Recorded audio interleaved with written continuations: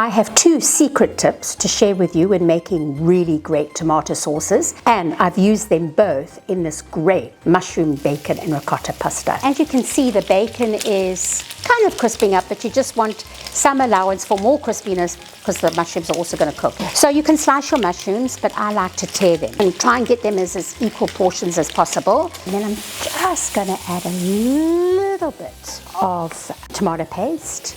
So here's the secret ingredient, which is fish sauce, which you probably might be thinking is a little bit weird, but in Italy it's actually a real thing. And then my second one is to add fresh garlic just at the end before serving.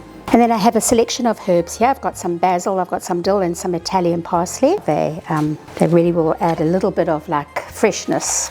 I do love penne pasta, especially with this bacon, tomato, ricotta and mushroom sauce. But if you're looking out for some more pasta recipes, do buy the July-August issue of Taste magazine.